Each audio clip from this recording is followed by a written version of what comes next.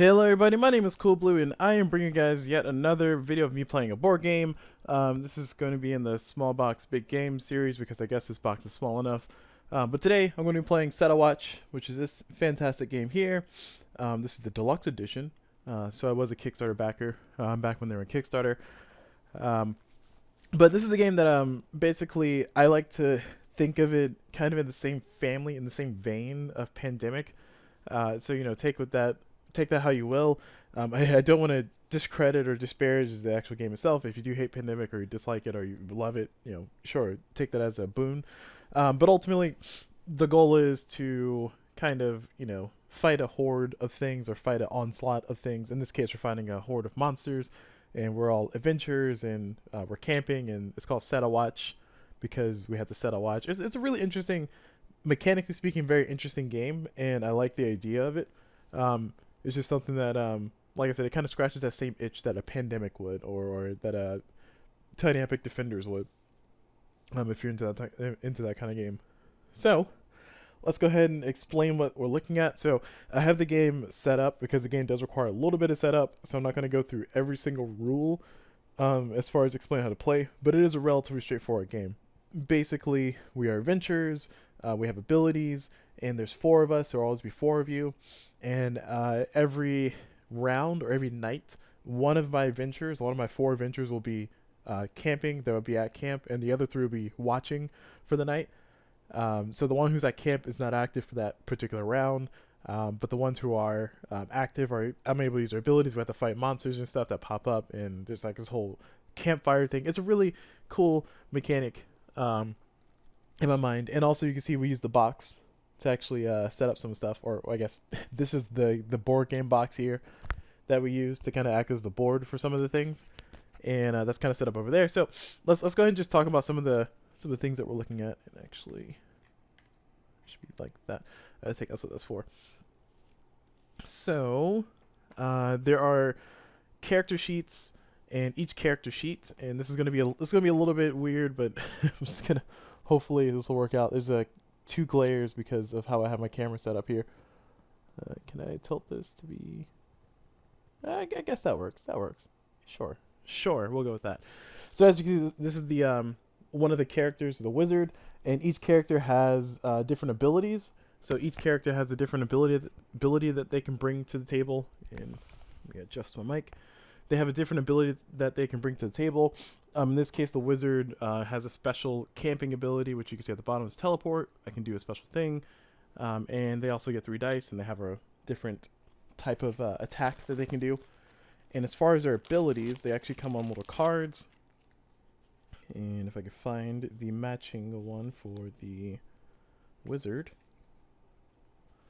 So they have these matching cards here. And... oh, sorry, don't want to break anything. These cards are basically their abilities. So, as you can see, I'm assuming that you're able to read that. It's a little bit too far away from my camera to actually see if I can actually read that or not. But everybody has 5 different abilities, and these abilities will do various things. So they'll help you out. There's text at the bottom. There's little small cards. If I move all of this out of the way, then you can see in the actual game out here, everybody has their cards out here, their abilities.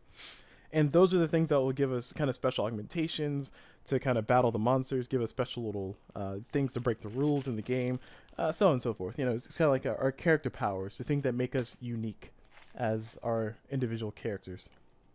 And then, of course, every round, I mean, we have a quick reference thing on the back of this character sheet, so we just look at that.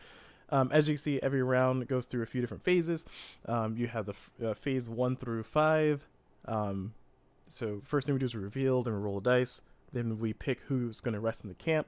So 1 out of the 4 players will be resting in camp. And the game ends when everybody rests twice, and then we have to do our final battle. And I'm hoping that this is going to show up pretty well and not be too shaky, but once again, I'm still experimenting with my camera setup, so please bear with me. And as you see, there's various things that you can do while you're at camp. And then we go to the watch phase, which is where we put the creatures out and we fight. And then the end of the round, and things go to the horde. So, okay. So I'm going to keep that down here for myself, along with the rule book. Keep that handy, so I can double check the rules. And the first thing that I need to do is I need to choose one of the locations that we're going to go. So these are the 3 different locations that I can choose from, and oh my gosh, you guys can't see that. Give me a second. I have a plan. Aha, there we go. Thank you, random card. Oh wait, no, that's shiny too. If I tilt it, you can see it. So I have 3 different locations I can choose from. What I need to do is I need to choose which one to go to. I'm assuming that, well, all 3 of these locations, these final locations, suck in some way, shape, or form, besides the fact that they're difficult to see. So I'm just gonna choose which one to pick. Let's go with the Forbidden Tower. That sounds cool. I'm just gonna choose the Forbidden Tower, not really knowing what the rest of these locations are. So that's my final location I'm going to choose. I take the rest of the locations and I put them outside the game. So I'm going to shuffle this other final location, I think.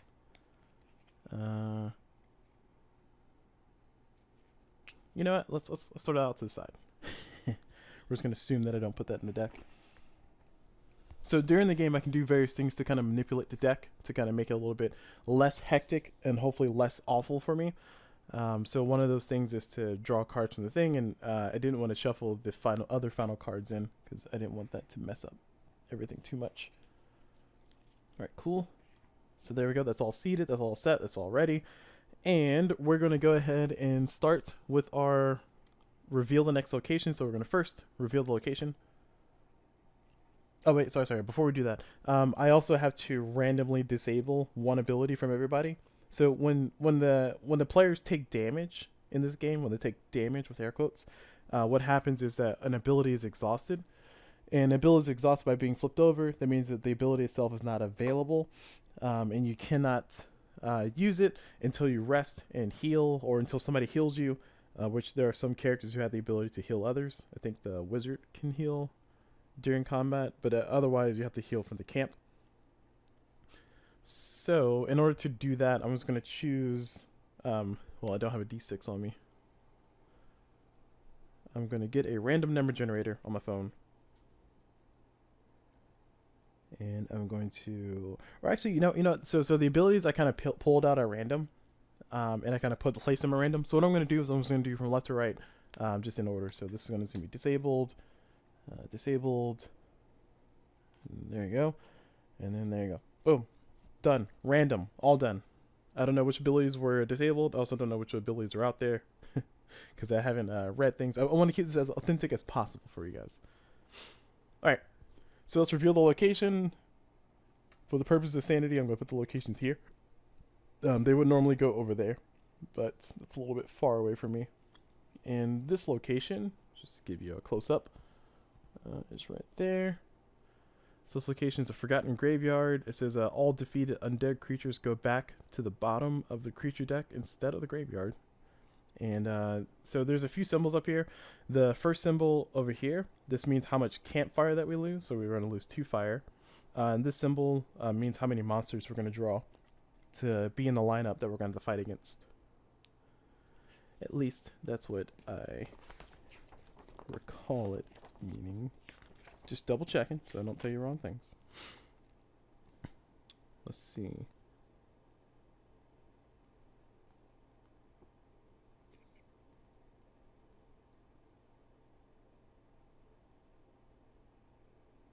Yep, how many creatures will we place on the line during the watch? Alright, cool.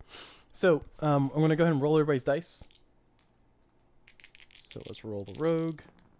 And this is what the rogue has. So some 4s, or a 4, 3, and a 2.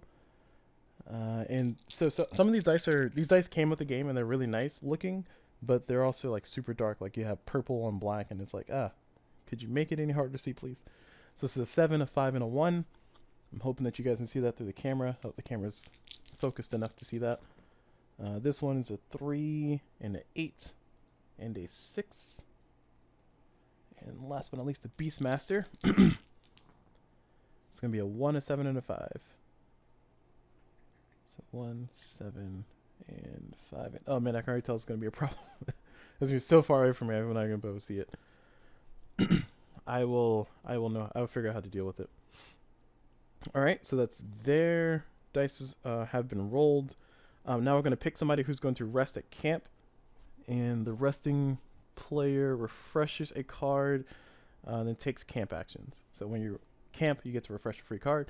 So, since we're fighting in the Forgotten Graveyard, I'm assuming that I want things to murder stuff really well. So I think the rogue. So the rogue has an ability called Stay Dead, and it's active right now. That means that whenever the rogue, or sorry, any creature that the rogue defeats is permanently removed from the game. So I think having them available would be pretty nice right now. So they're staying in. The knight, defeat any creature in first position. That could be useful. Defeat any revealed dragons, or or deal 6 damage to the second position. That's nice. The warrior, all adventure dice, which is down here. All adventure dice assigned to creatures with 10 or greater health are doubled until the end of the round. Oh, okay. That could be good. If you defeat a creature with a die, and there is a remainder, you may keep that die at the remaining value. See, this is always difficult, because I kind of want everybody to be there, but if I had to pick one to not be there, I think the Beastmaster. Yeah, the Beastmaster will rest. So let's see, what are their dice? Let me double check. It's a little far away. So it's a 7, a 5, and a 1. Yeah, okay, they're definitely gonna rest. I think this is also 7, a 5, and a 1. Look at that. 7, a 5, and a 1, and a 7, a 5, and a 1. Wow. Good at dice rolling. I am so good at dice rolling. What are the chances of that happening twice? Okay. Alright, so the Beastmaster is going to be camping. So I'm going to have them do their watch. So now we're going to do the camp actions. So they're going to first restore one of their abilities, but they are resting. And they also get one of these nifty tokens to show that they're the first to rest. Alright. So they have a camp ability. It's called Set Trap. So it says at the start of the watch phase, assign this die as direct damage to the creature in first position. Prevent all first position powers from activating until an adventurer on watch takes an action. Okay, that could be nice. That could be nice. So the way it works is I have these 3 dice, and I get to spend these 3 dice on camp actions. So the camp actions, just to give you guys a tour of that, I can choose to do a scout ahead that basically allows me to look at the top cards of the deck, and then kind of place them in any order that I want. Yeah, that's what it lets me do. The next says scout ahead here. Check map allows me to look at the map that's on the top of the deck right now, and then also look at one that's in the box and swap the 2 if I want to, or not swap the 2. The next thing I can do is I can also heal. Heal is when I use a 6 or higher, which I actually might do, so I can get the so I can get one of these abilities back active, because I think having them back active is really good. Yeah, I'll do that. So I'm definitely going to heal with this die because I have a 6 or higher. So I'm going to use a 7 to heal. Oh, sorry, I'll do fire, by the way. So I'm going to heal, and the Beastmaster is going to use the heal for...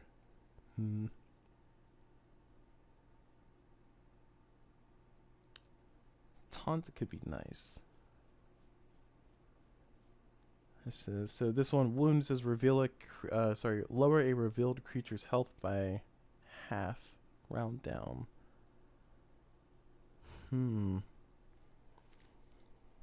All these, I want all these abilities to be active at the same time. But that's the challenge of the game. Choose a revealed creature and treat their printed text box as if it were blank. I feel like smoke bombs could be nice, but the warrior has a 1, so I kind of want to make them a little bit more useful. The rogue, they're kind of going to be relying on their abilities anyway. So I think this is the one to heal. All right, so I'm gonna commit to healing that particular ability without really knowing what else is down there that I'm gonna be fighting here soon. The next thing I can try to do is I can try to equip. Equip allows me to go through the remaining cards and swap them out for anything that the Beastmaster has, so I can check to see what the other abilities are. Oh no. messed up everything. So the current abilities that the Beastmaster have are Animal Sentry. So I can spend a tamed forest creature to defeat the last creature in line. The next thing I can do is I can do tracking. So once per round, I may tame a forest creature in first position. And then the last is Tame Beast. I can tame a revealed forest creature. I may use this creature as an attack die. I feel like Tame Beast will be a nice one to hold on to for a while. And the other two abilities that I can put out there are Hunt. Tame a forest creature in the graveyard. You may use this creature as an attack die. That could be good, maybe later. Actually, no. I got to decide that now. And the last one is Set Snares. It says put a revealed creature back on top of the creature deck. That could be nice. That could be good. But I think for the setup, I don't think I need two tame attacking abilities, because this one says I can tame. That one allows me to tame a beast. The passive allows me to tame a forest creature in first position for free. So I have two tame abilities out here. I think I'm going to switch the Animal Sentry, which is spend a tamed forest creature to defeat the last creature in line. And instead, I'm going to swap it with Hunt. Tame a forest creature in your graveyard. Oh, wait, no, it's more tame abilities, actually. Let me take it back. I don't need to do that. Yeah. Okay. I'll stick with what they got. I've convinced myself that what's out there is actually optimal right now. But they're not fighting right now, but they'll be soon. All right, so the next thing I can try to do is I can try to do a rune. So a rune requires doubles or triples. So on the back of every location card, which is up here, on the back of every location card, you have the runes. So it's kind of cool that the game... Oh, yeah. All right, the green screen is not being helpful right now. Let me put this up here. So you see the runes, the blue squares. So if I have doubles or triples, I can choose to do some of those abilities. And those abilities tend to be pretty snazzy, pretty cool. And they can be very, very useful. But I don't have any doubles. I have a 1 and a 5 left. And yeah, that's it. So I'm going to go ahead and do chop wood with this 1. So I put it there. And I get to chop 2 wood. And with this 5, I think it's a good idea to go ahead and just do a check map, just so I can kind of prepare for the next round. So I have a better idea of what's coming. I could chop more wood. Actually, I'm going to chop more wood. So the reason why wood is important is because if my fire runs out, then we all die. So we lose. So if I go to 0 fire...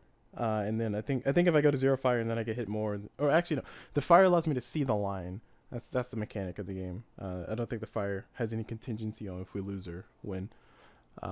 But ultimately I want to make sure that I don't run out of fire, because without it I'm not going to really be able to plan and see what's happening next. It's a really good idea to have your options available. So that's what we want to make sure we do. All right. So that's all committed, that's all done. So now we're going to go ahead and reveal the line. So we lost our 2 fire already. And this one we're going to draw 6. And the card's going to come from here. And any card I don't defeat goes into the Horde deck, which is over here.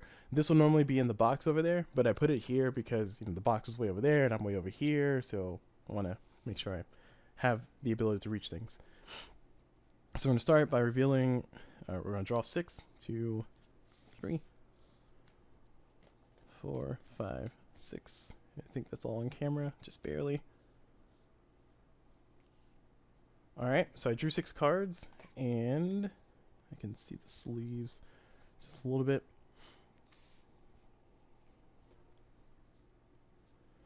Okay, so now I'm going to reveal based on my fire level. My fire level is at a level to such that I can see 3 creatures, so I'm going to see the first 3.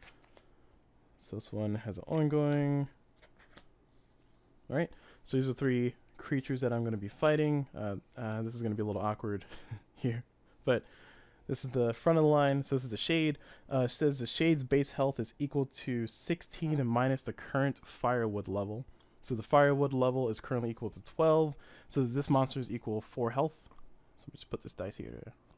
Well, okay, it's going to confuse me. So he's equal to 4. Skeletons. If skeletons are on the top of the graveyard at the end of the round, put them at the start of the line next round. Okay, so that's fine. and the wolf. It's just a forest creature. So with the Forgotten Graveyard, it says all defeated undead creatures go back to the bottom of the creature deck instead of the graveyard. I think I can actually counter that with Stay Dead. So if I just have my rogue attack the skeleton or help kill the skeleton, then I can make sure the skeleton goes out of the game, which would be pretty nice because he has a lot of hit points. Oh, and just to break down the anatomy of a card. So here is the anatomy of a card. In this corner here, we have how much damage they'll do if they are not defeated by us. So the way the damage works is if they are not defeated by the end of the round, that's once we spent all of our dice, then amongst all the players, all 3 people who are on the watch, you have to lose that number of, or you have to take that many wounds, which means that you have to flip over your abilities and make them inactive. So if this were a 4, for instance, then we really want to kill it. Otherwise, we will lose 4, or we have to take 4 wounds. Right? And if I'm not mistaken, you can choose to kill an ability. I think if you have to take a wound and there's no more abilities left, you can choose to take a permanent damage, which is just throw the ability away. I need to double check the rules to find that, but it's not relevant yet. But I just want to make sure you guys have some information regarding how that works. Okay. Right. Alright, continuing on. So, okay, card priority. So summon cards, this always triggers. Ability cards. Ability cards can destroy creatures before their reveal abilities activate. Good to know. And then creature cards reveal and other creature abilities have the lowest priority. Okay, that's good to know. So that means that if I do successfully kill this... So in order for me to reach this person, I need to kill this first. And I think... I need to see...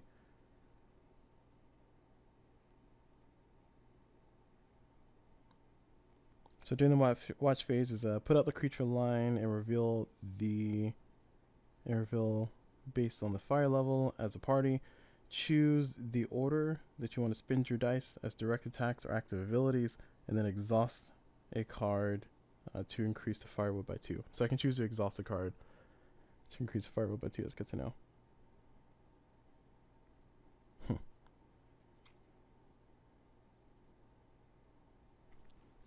So what I need to double check is I need to check the battle.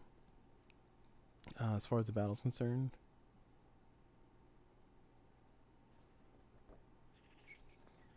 Yes, this is how I play solo board games sometimes, especially ones that I enjoy, but I haven't played in a little bit.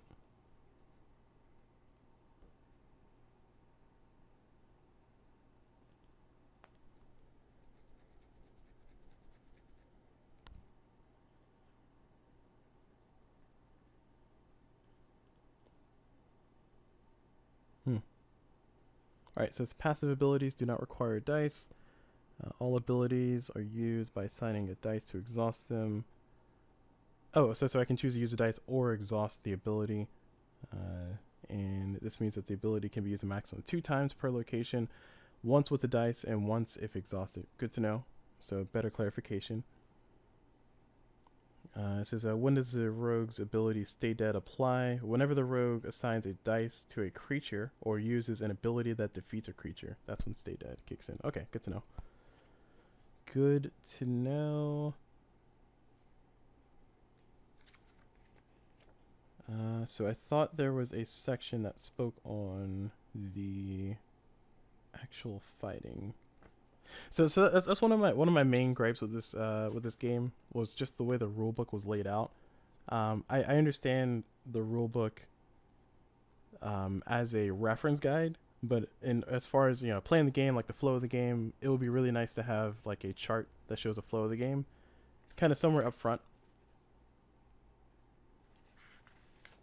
And by that, what I mean is like a summary. So it's like you have, for instance, you have this nice, beautiful picture here that shows how the board's set up.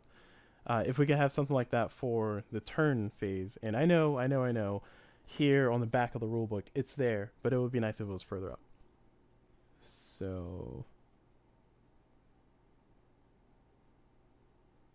what I'm trying to figure out is the order. So once I spin the dice, so the reason why this is important is because when I attack things, I have to be mindful of the range. So these guys with the, everybody's a melee except for this Beastmaster who's camping right now, so everybody can only reach the front of the line. So we have to continuously attack the front of the line to actually whittle it down so we can see further down the line. So I was trying to check to see if it was a situation to where when I spent the dice, does the thing die immediately, or does it wait for a certain moment that I commit to it and then it dies? I was trying to see if I can find the rules for that. My assumption is that it does die immediately. That would make sense to me, at least based on how the game goes, because otherwise I would never be able to kill everything.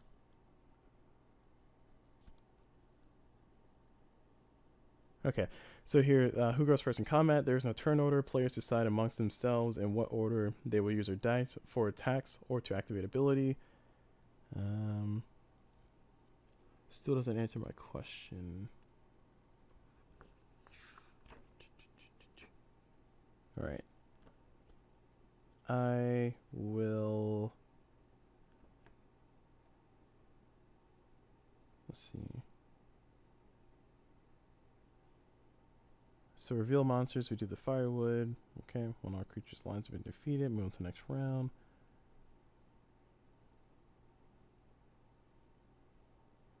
Oh, okay, cool. Good to know. So even if the firewood decreases in levels, then the revealed monsters stay revealed.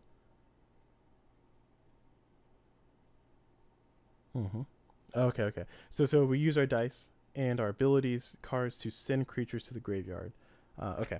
Good to know. That's what I wanted to know. So that means that as I kill things, they die. And like I said, it makes sense. I mean, sure, we can argue that, you know, duh, of course. But I wanted to double check and make sure. So this shade, it has 4 life. So I'm definitely going to have the rogue slap it for 4 and kill it. So he's going to die. And because of stay dead, he's going to stay dead.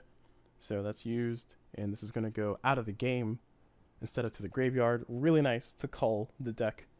So it's permanently removed from the game. So now these monsters move up. And this one's now revealed. So when this guy's in first position, I lose 3 fire. So I don't want that to happen. Next up is skeletons. So I want the rogue to be helping out fighting this one. So we're going to do a 2 here. And this is 8 total. So I need 6 more. The knight can do some really cool things. They can just defeat a creature in first position. They can defeat any revealed dragons or deal 6 damage to the second position, which I will save that particular ability for when the wyvern gets into the second position, because that's a dragon. Oh, actually, I can just kill the dragon now, can't I? Yeah, it's a dragon. I can just murder the dragon now. The ability says, literally says, defeat any revealed dragons or deal 6 damage to the second position. So, before I do that, let me first kill this. So I need to find 6 damage. So this passive for the warrior says, if I defeat a creature with a die, and the creature, and there remains, and there is a remainder, I may keep the die and its remaining value. Keep the die at its remaining value. And so it says, all adventurers' dice assigned to creatures with 10 or greater health are doubled until the end of this round. Okay. So not super useful right now, but I really don't want to waste dice, but I really need this to die. So I'm going to have the knight slap him right here as well. So because these two defeat it, so I'm assuming that the knight attacked first and then the rogue attacked second. So they're going to attack at the same time, kind of. And because the rogue attacked and dealt the killing blow, the skeleton is removed from the game. So thank you, stay dead. So no skeletons. Even though the environment says skeletons, or sorry, undead, which the skeleton was an undead, they go to the bottom of the creature deck instead of the graveyard. I'm throwing them out because I can. Oh look, another skeleton. Perfect. So that means I need to save this last 3 to kill him. But what I'm going to do here... Oh no! Oh, okay, yeah, sorry. I was like, oh no, the wyvern made it to first position. It didn't. So the wyvern's ability, like I said, if it gets into first position, which is where the wolf is right now, then I lose 3 campfire. I don't want to do that. So I'm going to spend this 3 to do Dragonlance, to activate Dragonlance on the knight, and just kill the wyvern.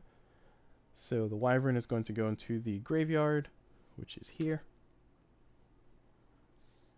And we still reveal. And there's a bandit. So if the bandit reaches first position, they steal one available die of the party's choosing, and they have 7 health, and they're human. This skeleton has 9 health. Wow. Oof. Okay, so I need to kill this wolf before I do anything. So what I'm going to do is I'm going to use... Oh, this knight has so much damage. Oh my gosh. I just realized that's a 7, a 5, and 8. Wait, wasn't that a 1? No, that's not a 7. Hold on. Yeah, because they have the same numbers as the other guy, right? So this should be a 1, a 5, and a 7. Oh man, got me excited for a second. Alright. I don't know how that got shifted around, but it did. So I'm going to use this die, this 5, to slap this wolf. He has 4 health. So this is going to go from a 5 to a 1 because of the cleave ability that I have down here. So that's cool. Wolf dies. And now we have the skeletons. So I want to kill the skeletons with that guy, but I also want to make sure that this dies. So can anybody attack second position? I don't think anybody can attack second position. Shoot.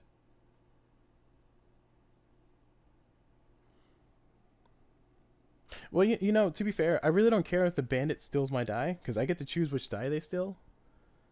So that's not that bad. So letting them get in first position is not awful. So I can go ahead and just focus on killing skeletons. So I'm going to do 3. I need 6 more.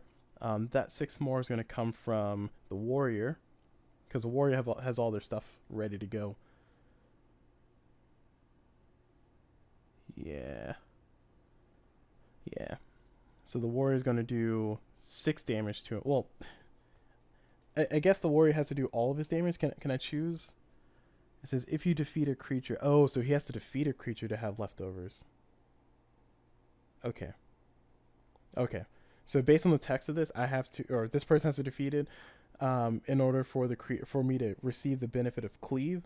But based on this passive, the only way that this passive can activate is if that person defeats the creature. So that means that I have to choose either cleave or stay dead. I cannot do cleave and stay dead. So that kind of sucks. But you know what? We got enough damage from the knight. It doesn't really matter. So we're just going to do that. So we're going to do the full 7 and then the remainder 3. So we're going to have a little bit left over. But this is going to take the skeleton out of the game because of stay dead. And the bandit makes it here. The bandit's ability activates. First position, the bandit steals 1 die available of the party's choosing. So he's going to take this one here. He's gonna bandit it, just steal it. And with the remaining damage, we're just going to murder him. So he's going to die. Oh, there's an ability here that says defeat any creature in first position. It doesn't really matter if I use it or not. I can either kill it with an 8 or just defeat it. So he dies. Alright, that's it. First round is done. We successfully murdered everything. Cool.